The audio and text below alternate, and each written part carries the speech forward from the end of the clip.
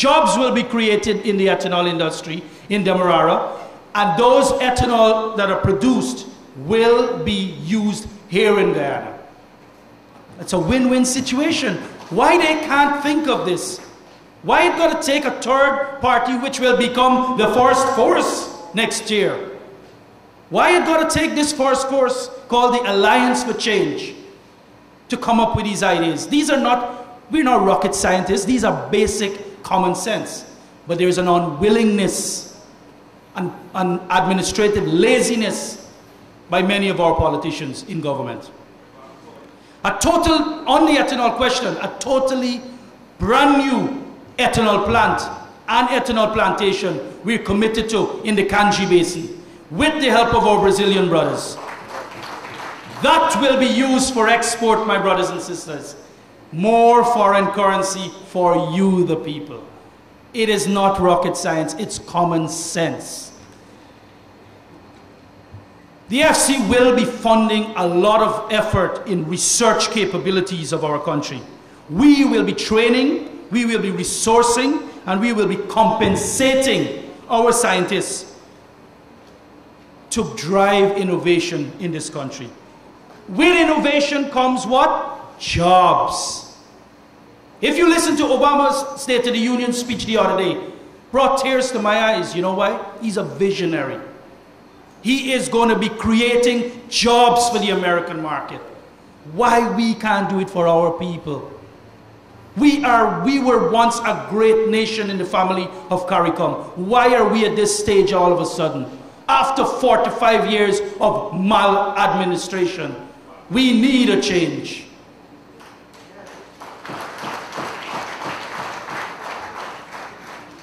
Three, the AFC will invite both the current bauxite companies, but we'll also engage other foreign investors to build that aluminum plant in Region 10.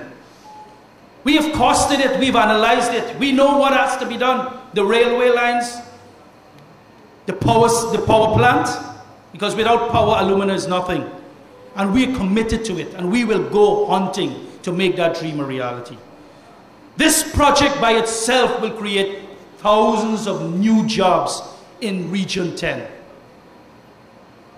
To my Region 10 brothers and sisters, we also think about you in the intermediate savannas, where we will use Brazilian technology to expand that intermediate savanna into plantation-type agriculture, which will be exported to mainly our Caribbean countries. The Caribbean import $1 billion in food. And we are right here, and Barbados and those countries are bringing pineapple from where? Thailand?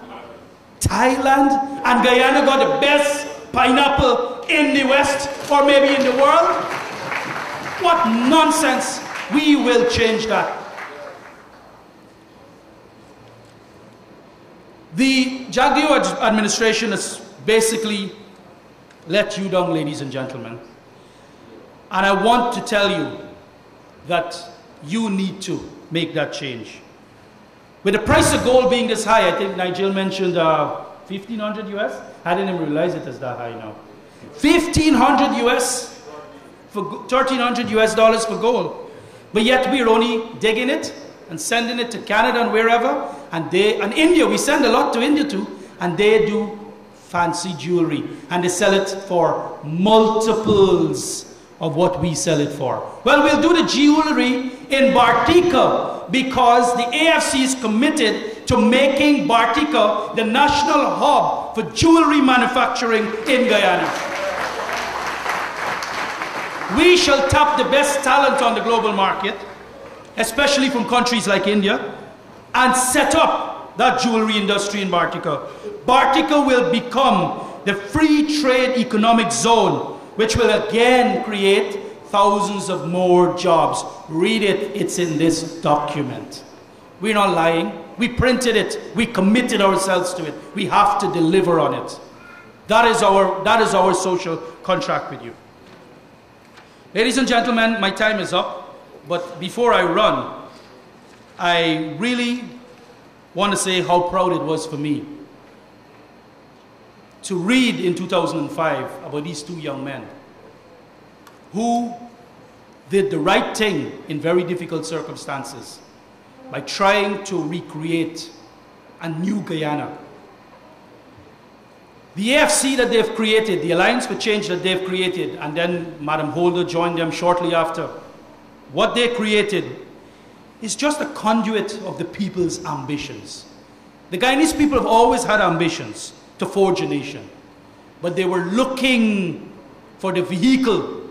The AFC, the Alliance for Change, is that vehicle. Every day my Guyanese brothers and sisters meet their responsibilities to their families and society. These people do not help their neighbors because they're PNC or PPP or Afro-Guyanese or Indo-Guyanese. They help their neighbors in their hard times because they are Guyanese.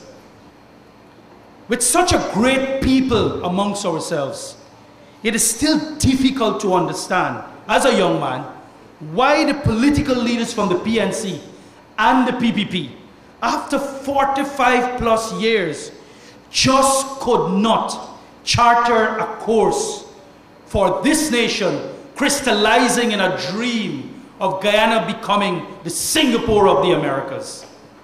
It's really hard for me to understand this.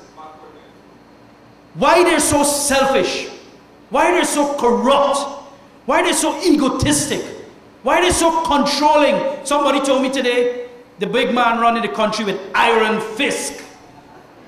Why are they like this? It is not needed. This country is too small to be going down those lines. No country it's right for, no people it's right for. Their actions over the last 45 years have resulted in too many of our citizens losing faith in the institutions of this country.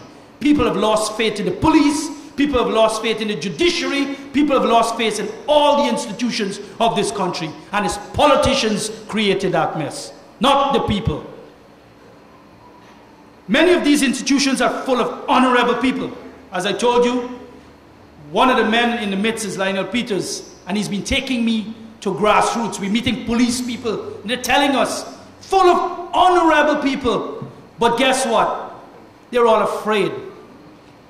Every time a politician builds another Pradoville mansion or use the treasury as his economic prostitute to give away valuable state assets, you, the people, your doubt in them grow. And what you do? You react, and it's natural. If somebody is hitting me all the time, what will I do? I have to react. The people react by migrating. That is their solution. But it cannot continue. They withdraw into themselves. They become hopeless. And the hopelessness drives a lot of our people to do crazy things like committing suicides. Berbice is the suicide region of this country. People are committing suicide because they've lost hope in themselves, in their neighbors, in their country. That should stop. As a young man, I'm here to tell you, including the youths out there, in internet land, the AFC is the only hope for change. Change we can believe in. We must dig deep within. This time around, young people, get registered. Get your ID cards. When E-Day, we call it E-Day or Election Day, arrives, you have to make that conscious decision and break from the past and come out and vote solidly for the key. For the key. Vote solidly for the key so that we can unlock the dream of our founding fathers when they made that decision to forge this nation. The spirit that sustained this nation all throughout this entire period of hardship, more than 45 years after independence. That spirit resides in you, the people, and you have the power. You have the power to finish this job and stop this harassment. You have that power, my people. We have finished another difficult year under this PPP government. We have come through another difficult decade under the Jagdeo administration. But a new day has come.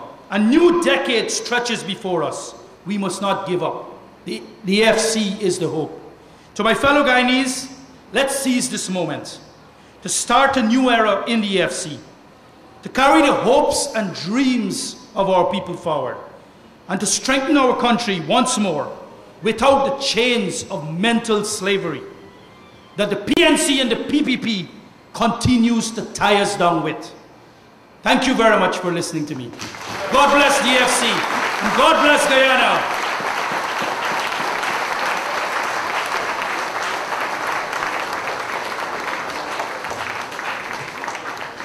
I know you can do better than that. That was